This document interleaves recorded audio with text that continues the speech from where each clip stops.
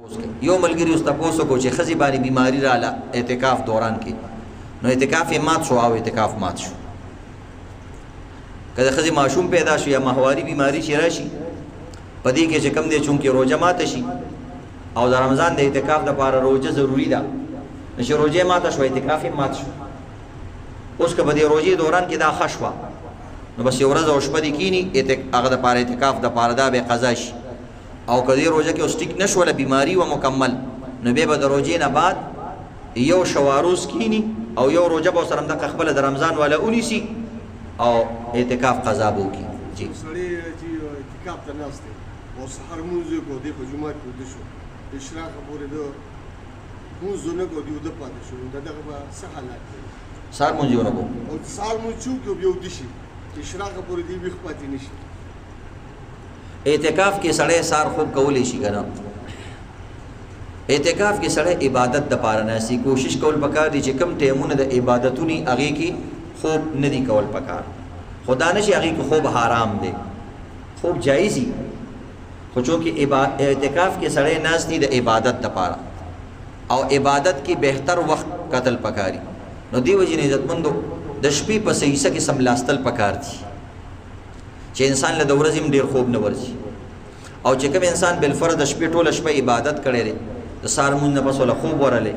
او انسان د شو اشراق پورې یا غرمې پورې یا ولس دو پورې ګناه نشته خو بهتر دا دی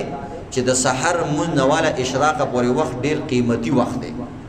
او دا ناسم دي طرف دې لپاره دی چې زه قیمتي عبادتونه وکم نو کوشش کول پکار دي معتکفینو نه چې د اشراق چې نور روخي چې داغې نه پس دی ودشي یوې بجو پورې دی به ودیس خبره به دی منځو کې به دی به ودشي خبره نه مازیګر پورې دی ودی خو د مازیګر نه پس وخت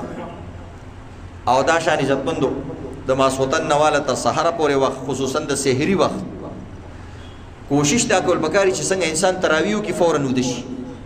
دا صحیح طریقه ده بهتره طریقه ده چې تراویح دی وکړي بس فورا ودشه تلاوت دی وکړه کنه تراویح کې تلاوت شو دغه تلاوت ته ودشه بیا نیمه شپه را پاسېږه یا سحری ټایم کې را پاسېږه او بیا اشراق ټایم پورې موده کېږه دا بهتره طریقه ده ځکه دا قیمتي وخت دی د شپې د اولنۍ حصہ کې عبادت کم ثواب لري اخیری حصہ کې زیات ثواب لري نو چې کوم زیات حصہ کې ثواب لري هغه حصہ کې تر بهدار شه شروع کې وده کېږه یو بل ته را پاسوي او الارم لګوي یو بل توای یې ځان ته موبایل لګاو نو دې طریقې سره عزتمندو خو که انسان ود شنو سه حرام نه دي که څوک د شوی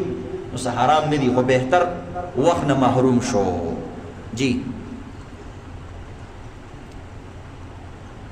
مسجد کی تجارتی مرادغه لپاره استعمالو کتابونو خرڅو لهغه دنه جمعه ضروري کی دا جایز دي. جمعات کې دنه تجارت کول څنګه دي د عذر وخت کې گنجائش لري مثلا یو معتکف دی هغه جمعات د بعد نشي وته او یو کتابونو والا راغلی جمعات ته دنه وخت څه کتاب ځان لالي او اعتکاف د پاره روزو د پاره تراو د پاره نو دا دلته داسي کولای شي خو د جمعات نه ورپسې بار نه وځي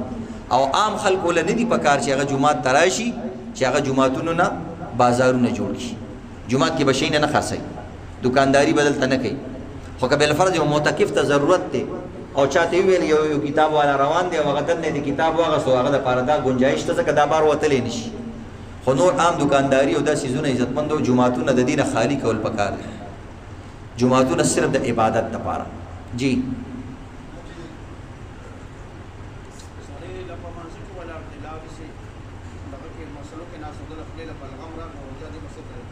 یو سړی روزه د بلغم ایراله نو بلغم توکل پکار دي کله چا به اختیار تیر شو نو روزه نه ماتيږي دا د لاړو پشان دي خو به اختیار عزتمندو تیر شي خو د چا بلغم رااله نو توکل پکار دي ځکه ګنده سي دي مردار دي او توکل پکار دي.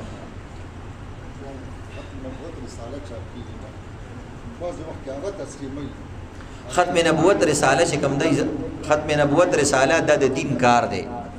صحیح شو. ختم نبوت رساله چې کوم خرسي کی جمعاتونو کې نو دا اصل کې چانده دا خرڅول نه دي. ختم نبوت چې کوم رساله خرسي کی کنه دا اصل کې دغه پیسې د ختم نبوت په کار باندې خرج کیږي دغه دراصل چانده دا دغه کاروبار نه دی نو دی وجنه دغه گنجائش په کار دی ځکه چې هغه خلکو کې اویرنس پیدا کوي بیداری پیدا کوي او هغه چاندي د پاره وی کوي دا کم کس چې خرڅی دا د جیب ته نشي دا چې کومه زمونږ د ختم نبوت عالمي مجلس اداره ده د هغې لپاره چاندی خو داسې خلک چانده نه ورکوي نو زه هغوی وله یو کتاب ورکړي وایي د دې ذریعې نه به داسې نه څه چانده ورکړي نو دې طریقې سره جی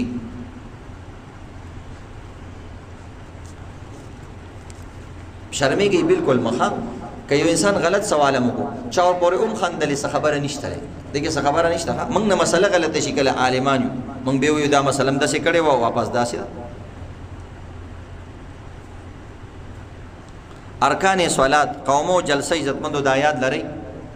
دا واجب دي قومه دې ته وایي چې د رکوع نه بعد سیده ودرېدل اگر چې یو سیکنډ دي خو سیده چې ملا دي سیده شي او دغه جلسه دې ته ویلی کېږي د دوو سجدو په منځ کې داسې نیغ کېناستل دا واجب دي چې د چا نه پاتې شي بعض عالمان لیکلي دي مونځ یې نه کېږي بعض عالمان وایي سجده صحوه به کوي او بعض وایي ګناهګار دی جی دا یو اهم مسله ده بعض کسان وایي د زنانو اعتکاف وایي په کور کې نشته دا بعض کسان وایي د زنانو اعتکاف په کور کې نشته هلکه ولې نشته وایي د نبی علیه السلام زمانه کې به ښځې جومات کې کېناستې نو موږ یو دا حدیث غوښته چې په جومات کې کېناستې وایي او دا شته نو موږ یو ستاسو علاقه کې جومات کې کینی وایي نه کینی اکثر اهل حدیث حضرات دا وایي چې بھئی جمعات کې با ښځې اعتکاف کوي نو کم اهل حدیث جمعات کې په اعتکاف کې ښځې ناستي چې ته چاته معلوم دی تاسو کې لیکن نو اعتکاف عمل یې سره ختم بل ته روایتو ته وګوره که نبي اسلام یو روایت کوي د ښځو دپاره جمعات کور دی دا هم روایت دی دا هم حدیث دی که نه مساجد د نساو قعر بیوتهن د دې د کور دننه حصه ده نبی صلی الله علیه وسلم او نبی اسلام یو ځل هغه ښځې ناستې وي اعتکاف ته او خیمې تړلې وي ټولې خیمې لرې کړې وې دلته نه لرې کوي نو دا هم روایت دي که نه عزتمند نبی اسلام ښځو ته ویلي چې ستاسو جومات کور دی نبی اسلام زمانه کې به جومات کې هم ښځو مونځ کولو خو نبی علیه السلام د جومات د مونځ ترغیب ښځو ته نه دی ورکړی چې جومات ته راځئ خامخا جایز کړي دي چې جایز دي که څوک راځي ترغیب یې د دې ورکړی چې ستاسو دپاره بهتر مونځ د جومات نه د کور کې صحن کې دی د کور نه صحن نه کمره کې دی د کمرې نه دننه د کمرې په ګوټ کې دی دا هم د پیغمبر حدیث دی کنه او ستاسو جومات د کور حصه ده د ښځو جومات هم دقه دی نو دې وجې نه دا هسې خلکو کې یو انتشار پیدا کول پرېږدئ چې ښځو یو ملا پکې لیکلي وي دا د ترکاریانو نه ځان پټوي وی ښځې او کورونو کې وی مکې نه وی دا د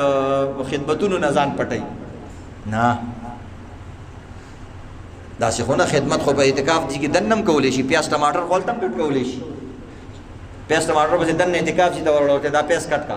دا ټماټر کټ کا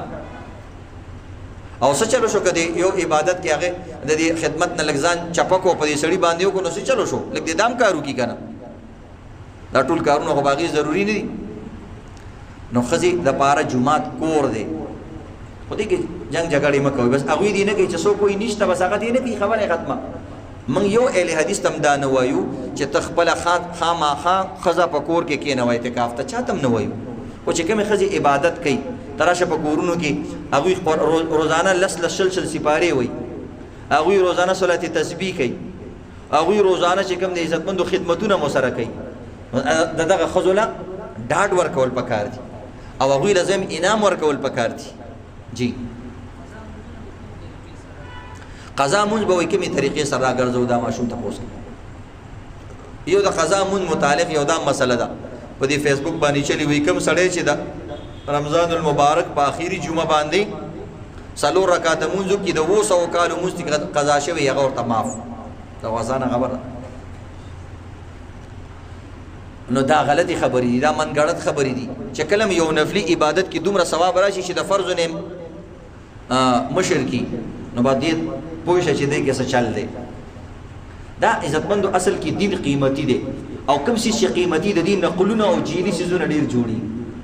چونکې فرض مونځ قیمتي دی په دې باندې انسان لا ثواب هم ورکول کېږي پرې غوښتلو باندې عذاب هم ورکول کېږي نو دی غیر دینه خلکو او بعضې خلکو دا سوچ وکړلو چې دوی د دې فرضونو نه منې شي وایي زمانه چې 4 رکعاته مونځ وکړو د 80 کالو یا د 200 کالو مونځ درته معاف کېږي بس هغه هغې کې سس کېږي وایي هغه شارټ کټ مونږ شته که نه هغه به بیا وکړو حالانکه بې المازه ته عزتمندو ټول معاشره او حدیث او قرآن څومره په بد نظر ګوري چې په مونږ کې سستی کې نو قرآن کې راځي وي دا د منافق علامت دی وإذا قاموا إلى الصلاة قاموا کسالى چې کوم انسان مکمل مونږ نه کوي او صرف 4 رکعاته کوي د بسې قرض فرض کوم مونږ ته باندې قرض شو قضا شو دا فرض دی دا به کې زمون علماء لیکلي چې کوم انسان پانځي کېږي په هغه ټایم به مونږ کوي که اودس یې نه بیا اودس به کوي کلاس یې تړلي بس هسې به ښکته پورته شي هغسې به کوي خو پرېږدي به نه فرض مونځ او فرض مونځ کې فدیه هم نشته په ژوند باندې روژه کې شته یو سړی بیمار دی روژه نشي نیولی 1.5 سل روپۍ ورکړې 2 سېره غنم یې ورکړو خلاص دی مونځ کې داسې نشته مونځ په ژوند باندې به کې چې څو پورې د بدن کې حرکتي مجنون شوی نه لیونی شوی نه بېهوشه نه مونځ به کې البته که سر خپې خوځولی نه شي بس بیا مونځ درته معاف دی ګینې مونځ نور یو حال کې معاف نه دی بعضې فقهاو لیکي چې ښځې ماشوم کېږي او وس او طاقت یې مونځ کوي هغه به هغه ټایم کې مونځ کوي داسې چې لا مکمل هغه بلډ پې خارج شوی نه نو دې وجې نه قضا مونځ به څنګه کې نو قضا مونځ چې څومره قضا مونځونه تري اندازه به ولګي چې څومره مونځونه 1 کال 2 کاله میاشت 1 ورځ 2 ورځې 15 شپږ اندازتن لږ زیاتې حساب کا او په ترتیب سره کوه اول د سهار مونځ کوم اول د غرمې اول د مازدیګر اول د ماښام اول د ماسخوتن دا طریقې سره بې وتر هم پکې وکړه نور سنت پکې قضا نشته فرض ترې راغونډ کا لس مونځونه په یو ټایم هم کولی شي د لس ورځو مونځونه په یو ټایم کولی شي چې کوم کسانو باندې مونځونه قضا دي هغه نفلونه مه کوئ یو سړي باندې قرض دی او خیراتونه ورکوي خلک ورته لکه دا پیسې دي قرض کې ورکړه سړی درته کنځلې کوي وایي زموږ هغې څه ګورو دې خیرات کې ثواب ډېر دی هلکه قرض ختمولو کې ثواب ډېر دی